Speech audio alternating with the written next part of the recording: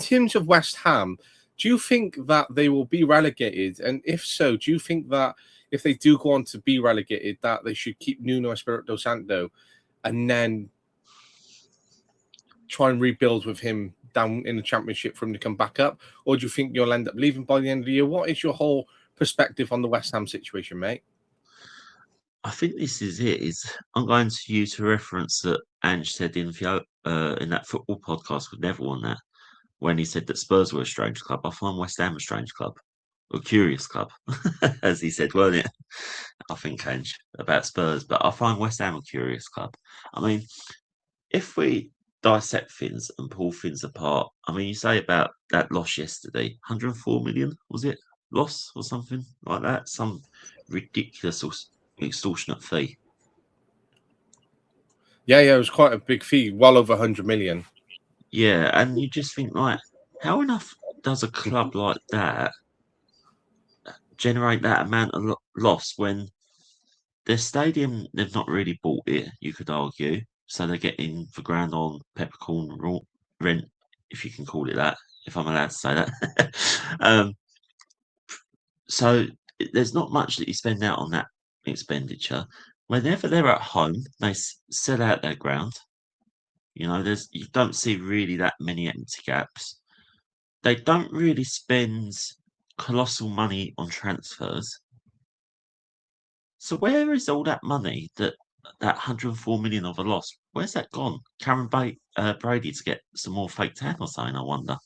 You know, it's just, it makes you question. And I think with West Ham, in that respect, they've got, again, so much potential as a club to kick on.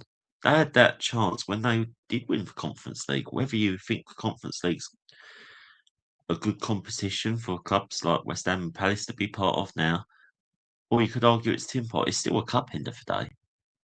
You know, and West Ham did win that, and that was their mark to say, right, this is where we now kick on from here. Like Spurs with the Europa League season last season, a chance to kick on. I've got a lot of friends, a lot of family members that are West Ham fans. And like one of my uncles that's staunch West Ham, he's got a West Ham season ticket. And he said to me the other week, it's the first time in years I've been really worried about us getting relegated. Now,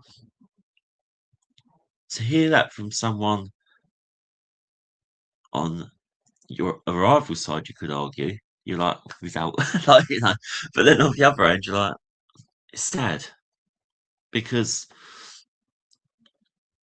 with Nuno, the question is, would he want to stay at West Ham if they've made that amount of loss of income, meaning key players will have to be sold on? And then it's like a rebuild project. Would he want to manage him for Championship alone for his own CV? You know, because I think even if he kept the Forest job, he'd have kept Forest way out of that trouble.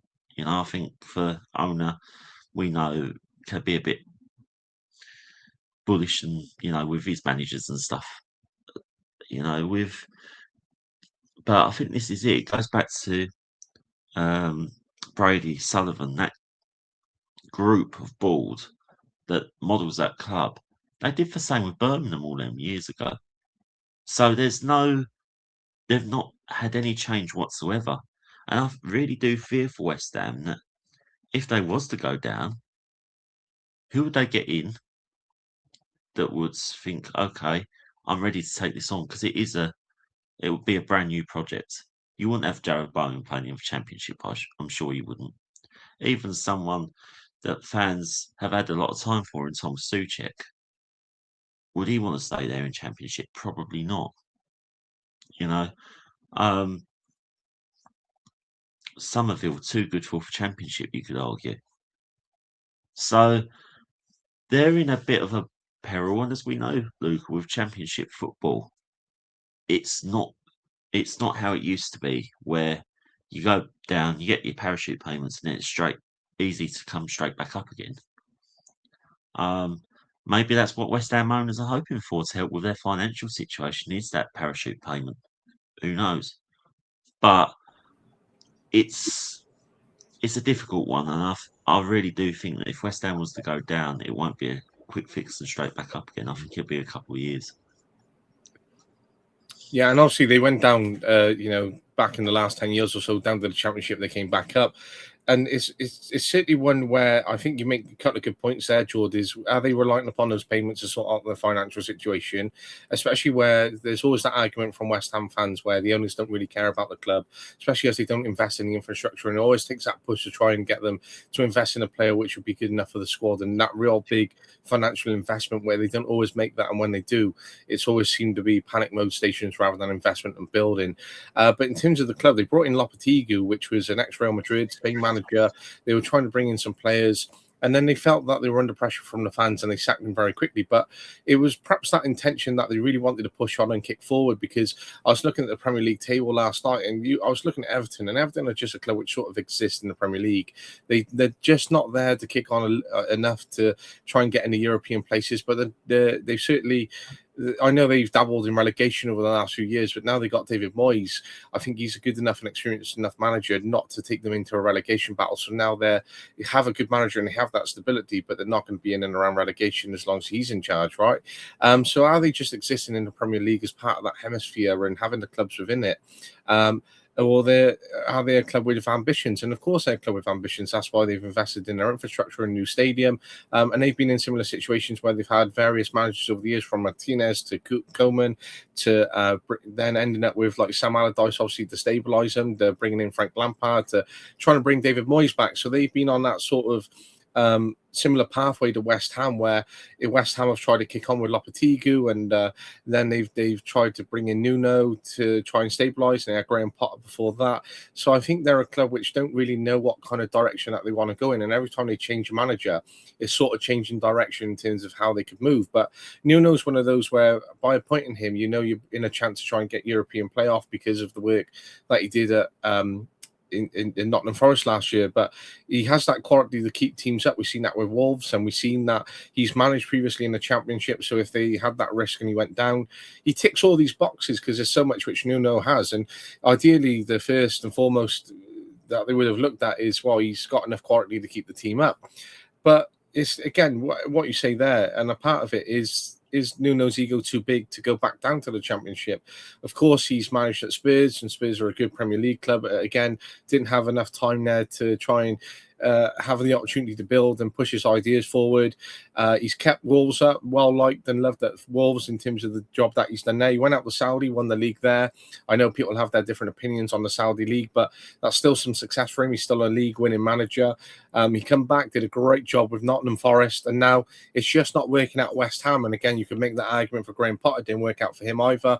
Didn't work out for Lopetegui. So it's not just a Nuno thing. It's a series of multiple managers perhaps being undermined by the infrastructure which is there at the club, right? But has he built an ego where does he want to go back down to the Championship and rebuild, or will he resign at the end of the year? But then if he does resign, right, will that help his reputation in terms of, well, actually, would it have been better if he had stayed, or is the club gone down and now he's just walked out on the club as a result of that? And sometimes it's hard because as a manager, you want to keep your stock up as high as you can, because if you resign and then there's a new Championship, a new Premier League job which comes up next year, or one of the same sort of magnitude or level, you're certainly going to take that rather than trying to manage in the Championship.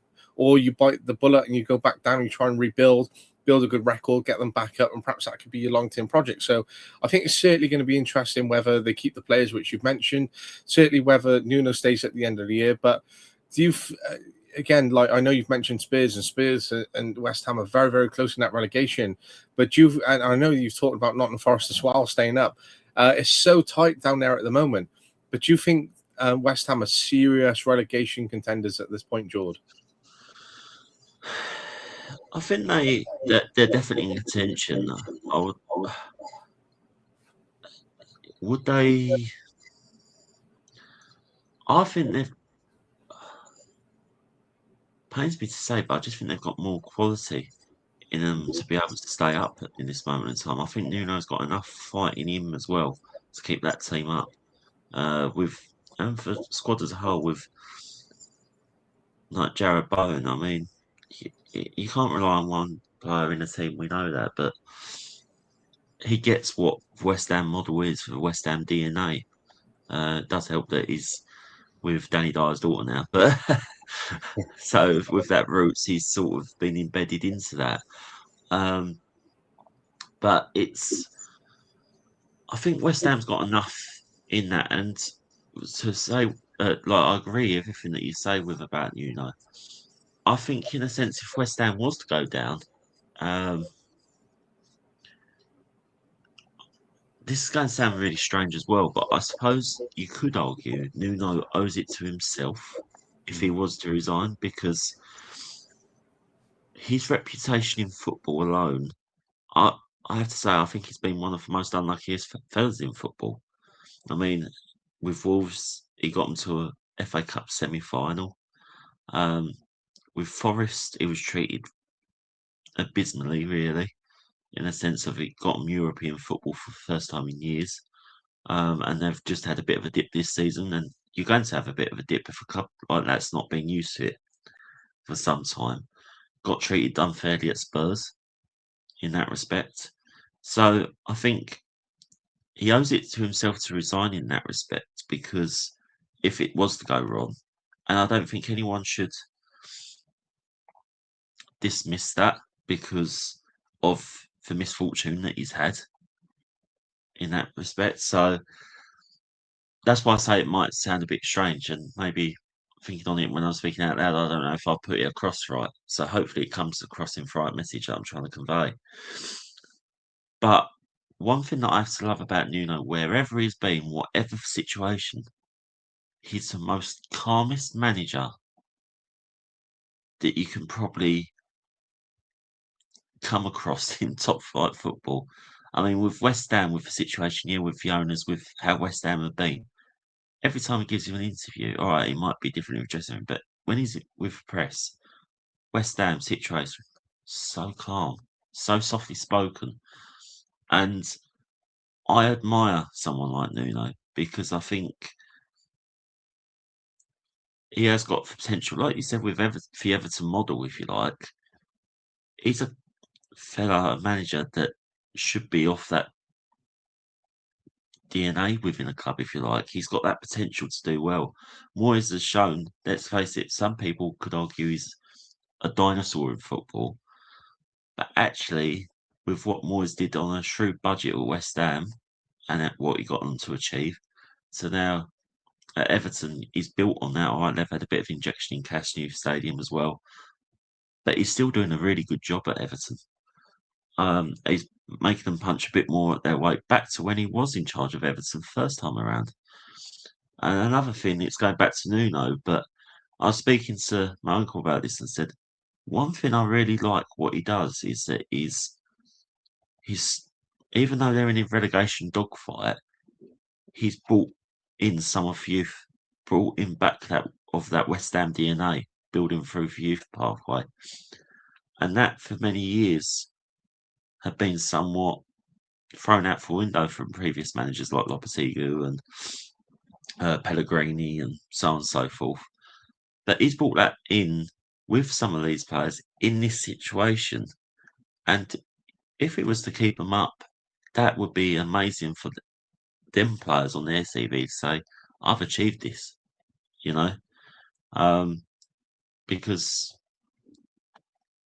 yeah, West Ham's DNA was always about the youth. It's been in their DNA for years, but it's just been neglected, really. So, yeah, I hope, put it this way, I hope West Ham can find a way, but just not at Spurs' expense.